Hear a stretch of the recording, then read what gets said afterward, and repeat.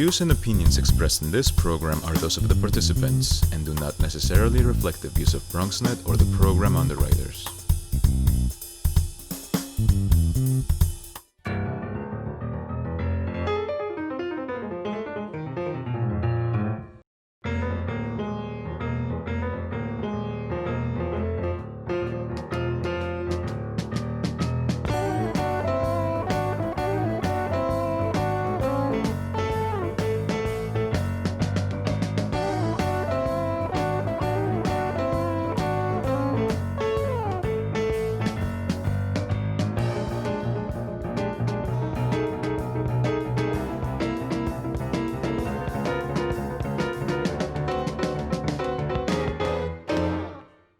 Good evening and welcome to BronxTalk. New Year's Day is around the corner. Yep, almost December 31st. And that is a day we'll all celebrate, but many homeowners and renters are very concerned because that's also the day they will be losing their eviction protections. And the New York Times is reporting that 30 million Americans could be affected, and that's not a small number. Into the breach steps the Community Service Society. They have put out this report, which is called Corporate Windfalls or Social Housing Conversions. They've given you a choice. Which do you want? And so what we've done is we brought in a couple of experts this evening to talk, number one, about the Community Service Society report and possible solutions, but also give you living and breathing examples in the Bronx of how we actually can make this happen. So let me say first, good evening to Samuel Stein, who is the CSS Housing Policy Analyst. Mr. Stein, nice to have you with us. Thank you so much for having me on the show. And the President and CEO of MBD Housing. Many people know them as the Mid-Bronx Desperados, but they are MBD Housing. And it is my longtime friend, Derrick Lovette. Nice to have you with us, Mr. Lovette. It's a pleasure to be here. Thank you for having us. Let's start with you, Mr. Stein. So this report, Corporate Windfalls or Social Housing Conversions. Let's talk about, number one, why you went through going to do this report. And then number two, what are you proposing? Right. So we're looking at the landscape of what's happening right now, and we're seeing a great deal of pain for tenants and for low-income tenants especially. Statewide, we've got over 1 million people out of work. The unemployment rates in the Bronx are much higher than in the rest of the city. And as a result, tenants in the Bronx are having a hard time paying rent. Some continue to pay full rent and are missing meals or medicine or other essential things. Others have been only able to pay partial rent or haven't been able to pay at all.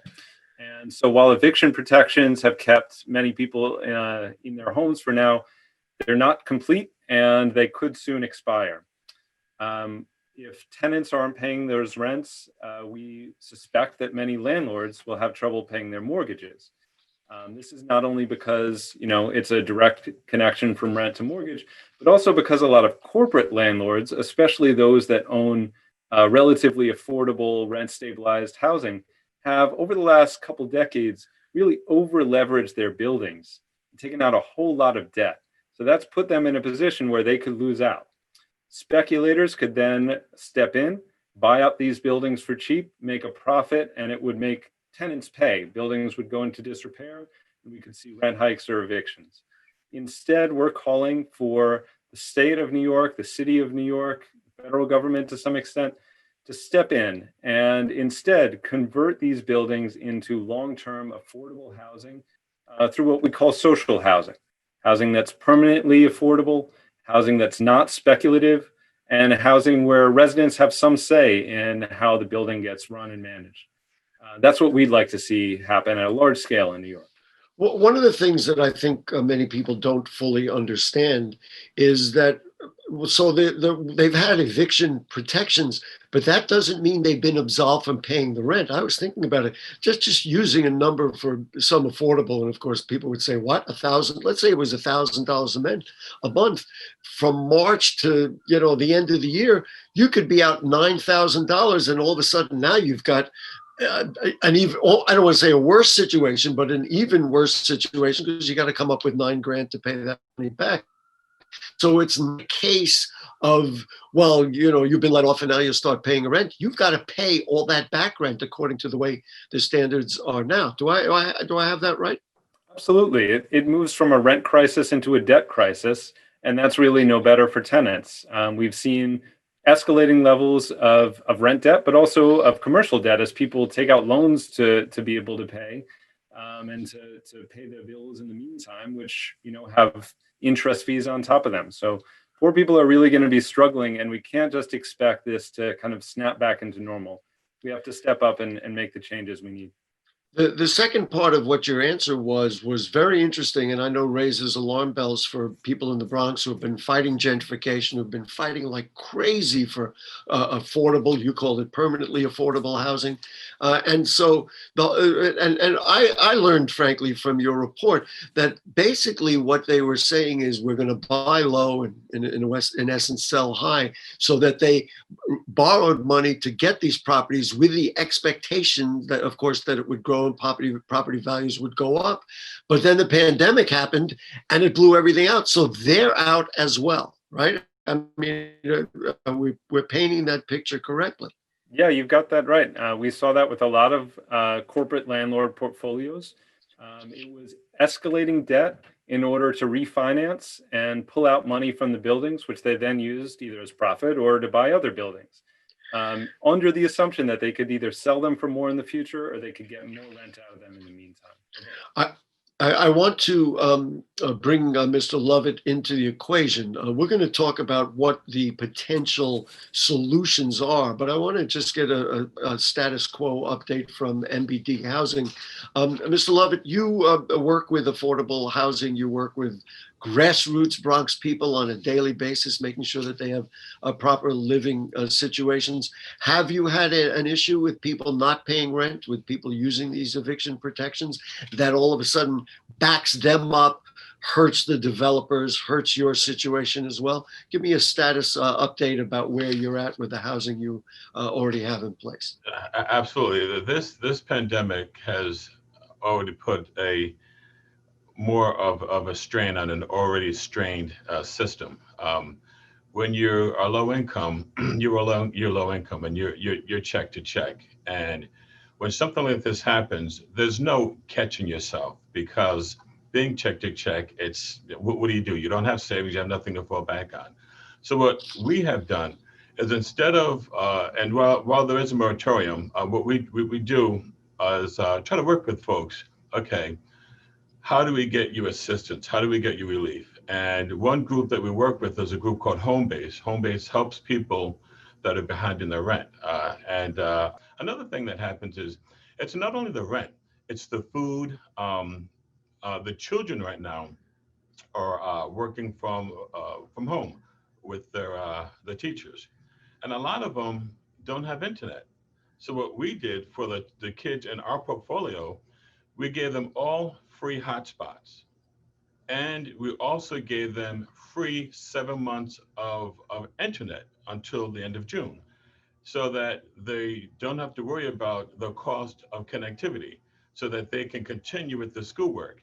Another thing that is hard is people need jobs, right? Because it's all cyclical. So what do?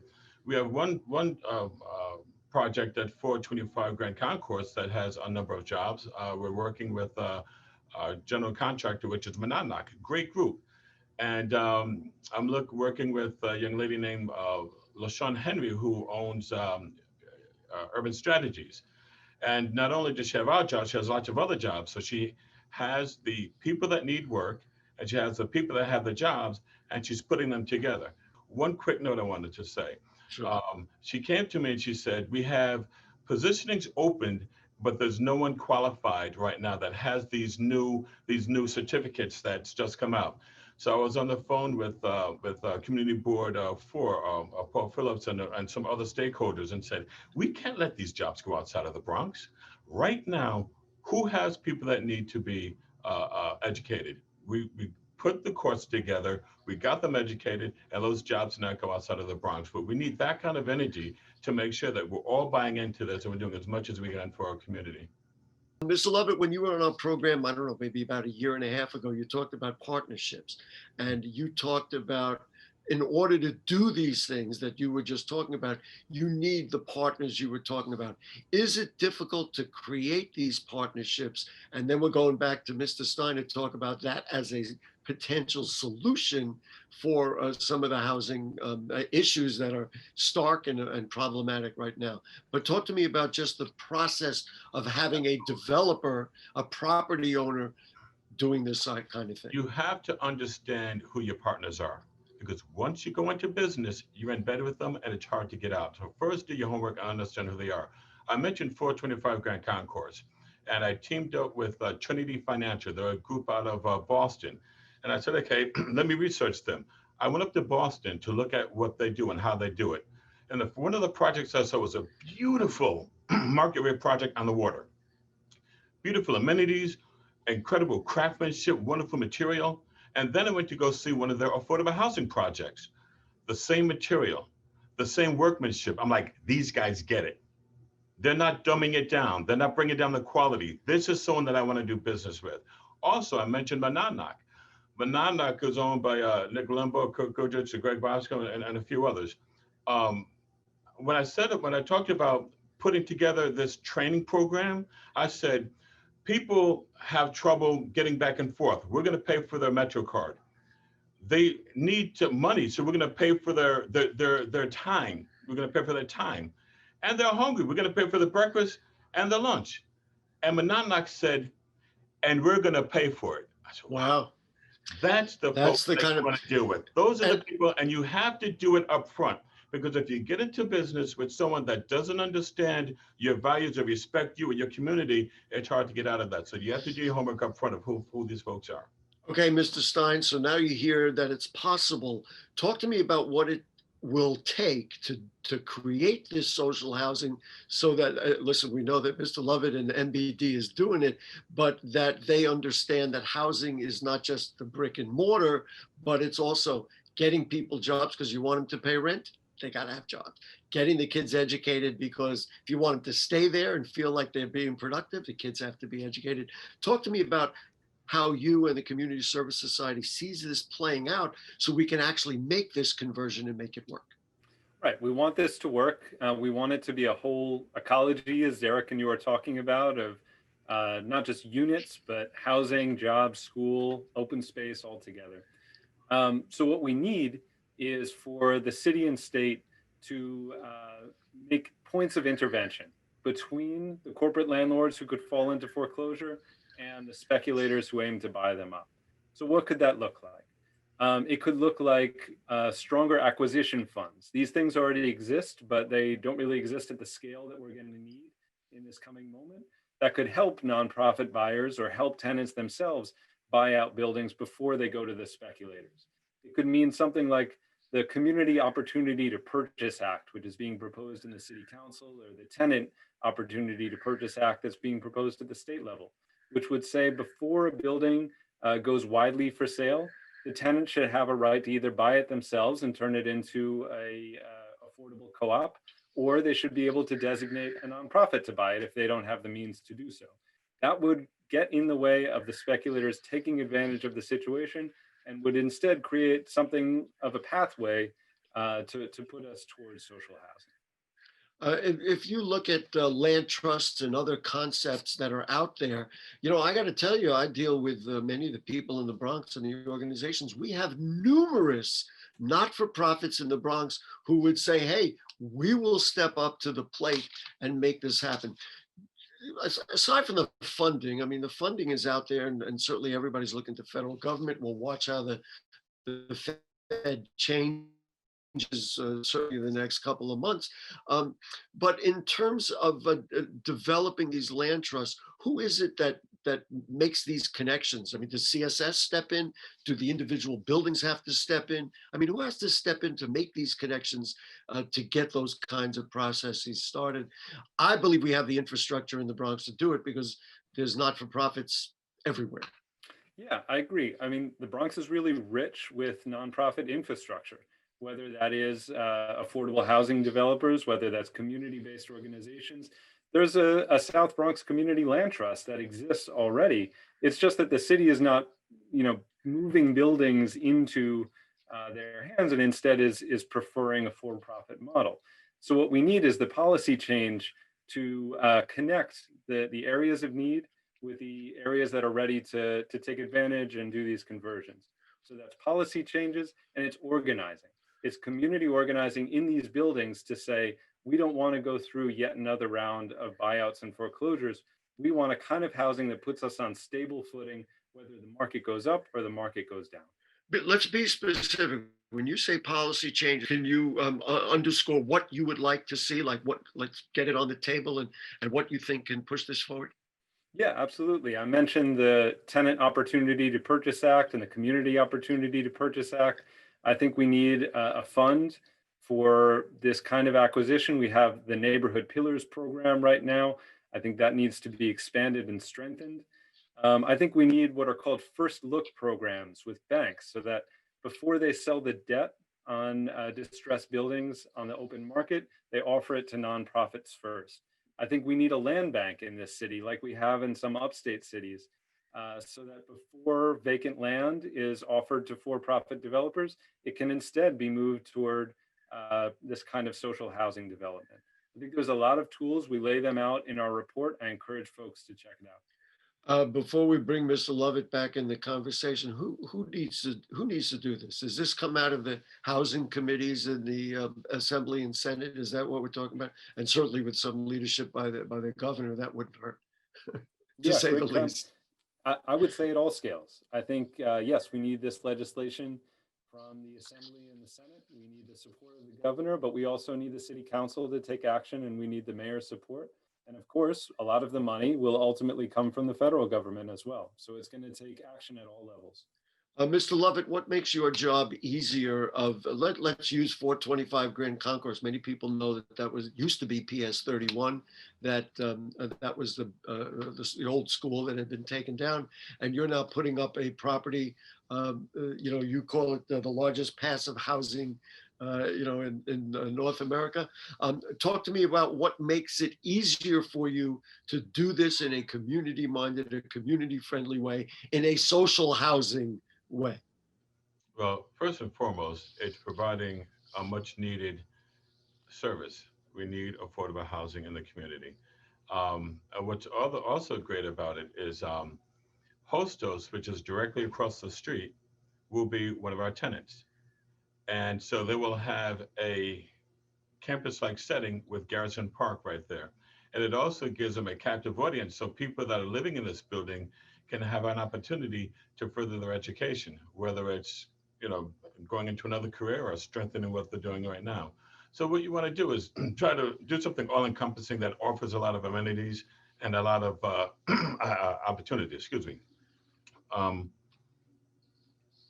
One thing that I want to say is affordable housing has nothing to do with, low income has nothing to do with low class. A lot of times people think that because a building is low income, that it has to look a certain way. That's a misnomer. If you come to our buildings at MBD, you wouldn't know whether it belongs on Park Avenue or, because pardon me for 1 second. I told my supers and my porters, you guys work the same hours, you have the same tools, and you have the same skill set as they do on Park Avenue. When we reposition our buildings and rehab them, it's up to you to keep them up. And there's no reason why our buildings shouldn't look like you can pick it up and place it on Park Avenue and look like it belongs there. We're going to give our community the same service, the same respect, the same quality of life that they will get in a higher income community. You shouldn't have to leave where you are now to go somewhere and feel respected and feel that you're living in a wonderful community. There's no reason at all. You certainly wouldn't get an argument from me. In terms of partnerships and the legislative support, let's talk about what concerns you have about evictions. Or people not able to pay their rent. Are you able to hang in there and see this through, depending on what happens after December 31st? Or are you concerned that at some point some people despite your good intentions, despite your attitude and your approach to housing, that some people are just, they're going to have to go. I mean, you got to pay the rent. Well, I hate to put it that way. there is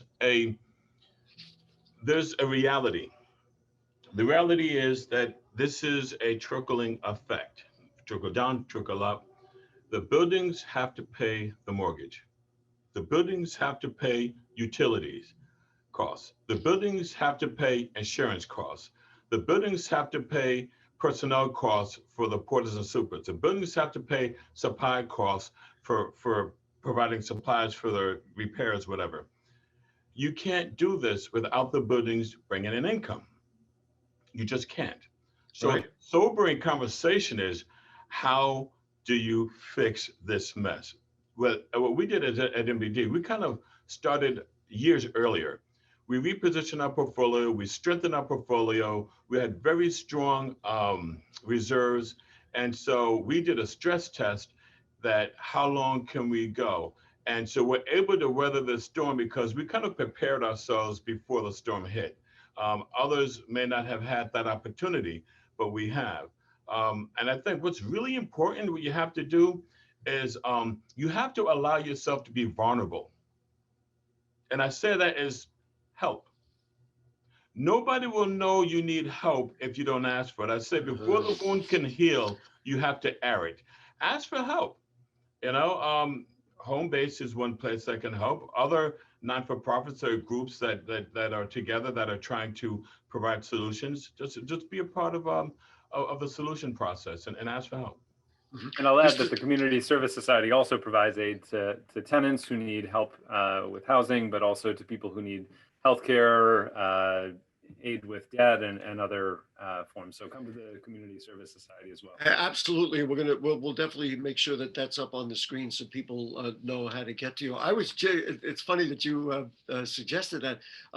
First of all, for people who don't know, I mean, we've been doing this show for 26 years. My objective with these kinds of programs, yes, we know there's a problem, but I believe in the Bronx we have solutions, and that's certainly why we brought Mr. Lovette in there.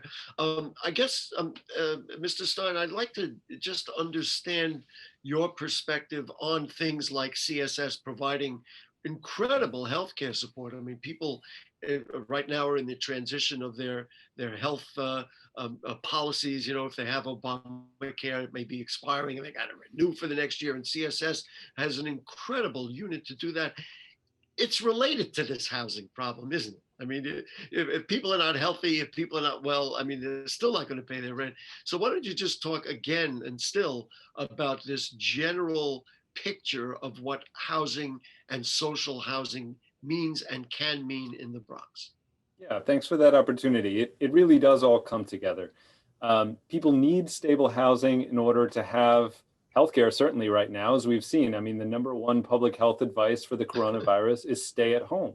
And if staying at home is not safe because you can't afford it or because the conditions in your building are bad, then it's going to be really hard to stay healthy and then to keep others healthy. But of course, it's also essential to keeping a job, to having access to healthy food and everything else. So we see it as central, but it's also a central part of people's expenses. So it's both an opportunity, but it's also a tremendous cost in this city. We've seen rents escalate well faster than wages. Wages, especially in the bottom half of the income scale, have been relatively stagnant over the last couple of decades as rents have escalated. And so people are caught in a bind. And it's ultimately unsustainable both for individuals and for the city. And I think when we were thrown into this pandemic, when a lot of people lost work, again, with the Bronx having both the highest death rates, but also the highest unemployment rates, this system just can't stand as it is. We need to make the changes so that people can have the healthy housing that's essential to every other part of a good and decent life. And I want to reflect for you what Mr. Lovette said, or one of you said, I forget who, right? That if you need support and you need assistance, let's come forward.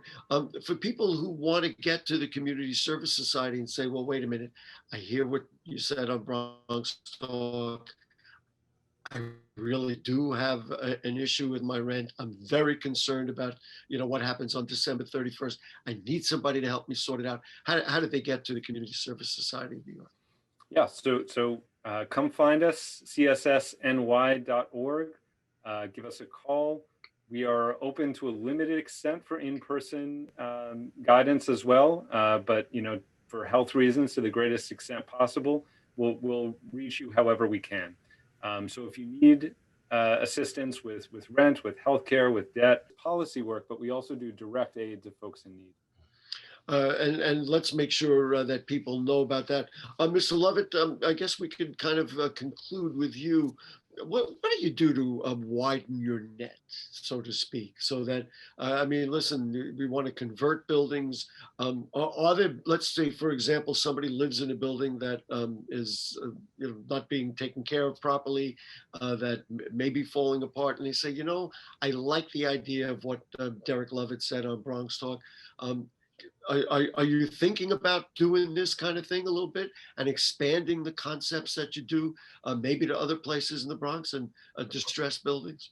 Absolutely. As a matter of fact, we're working with HPD on quite a few properties right now that needed assistance, and we're in the process of repositioning them. And when I say reposition them, I'm talking about a major rehab of new roof, new windows, new boilers to bring the properties back to where they should be. And one thing that I want to just explain or emphasize with the landlords, it doesn't have to be in us against them with the landlord and the tenants. It has to be we are in this together.